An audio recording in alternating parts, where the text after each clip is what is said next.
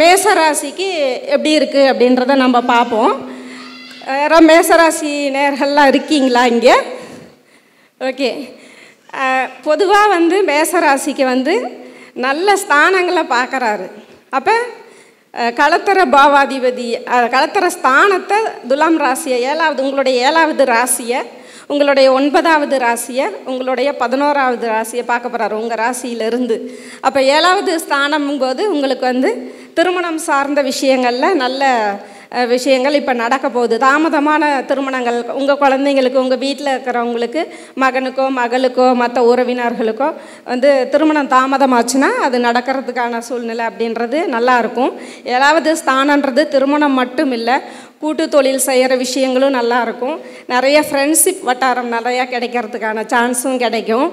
அதில் இருக்கக்கூடிய அந்த ஸ்தான பலத்தில் அந்த பார்வை வரும்போது உங்களுக்கு அது ஹைலைட்டாக எடுத்து கொடுக்கும். 9 அப்படிங்கும்போதே 9வது ஸ்தானம் பாக்கியஸ்தானம்னு சொல்லுவாங்க.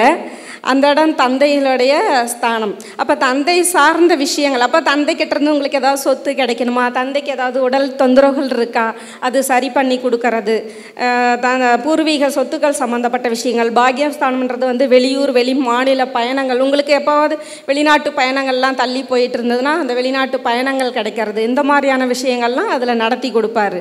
11வது பாவத்தை பார்க்குறாரு அப்படிங்கும்போது உங்களுடைய ஆசைகள், அபிலாசைகள், அதாவது நிறைவேறாத ஆசைகள் இருக்கிற விஷயங்களை நிறைவேற்றி கொடுக்கக்கூடிய சூழ்நிலையும், உங்களுடைய வருமானத்தையும் உங்களுடைய பண விஷயங்களையும் சேமித்து கொடுக்கக்கூடிய சூழலையும் அதில் நிறையா வரக்கூடிய சூழல் 11ஆம் பாவத்தில் ஆக்டிவேட் பண்ணுவார்.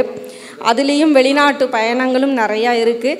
இதில் நிறைய உறவுகள் சார்ந்த விஷயங்களும் இருக்குது. ஒவ்வொரு ஸ்தானத்துக்கும் ஒவ்வொரு உறவுகள் இருக்காங்க இல்லையா? அப்போ 11வது ஸ்தானங்கிறது மூத்தோர்கள். அப்போ உங்களுடைய வயது மூத்தவர்களுக்கு, அதாவது சகோதரர்களில் பெரியவங்கள்லாம் இருந்தாங்கன்னா அவங்களுக்கு உடல்நிலை சார்ந்த விஷயங்கள் நல்லா இருக்கிறது, மருத்துவம் சார்ந்த விஷயங்களில் நல்ல மருத்துவமனை கிடைக்கிறது, நல்ல மருத்துவர்கள் கிடைக்கிறது, அந்த மாதிரியான விஷயங்கள்லாம் அவங்களுக்கு நல்லா இருக்கும்.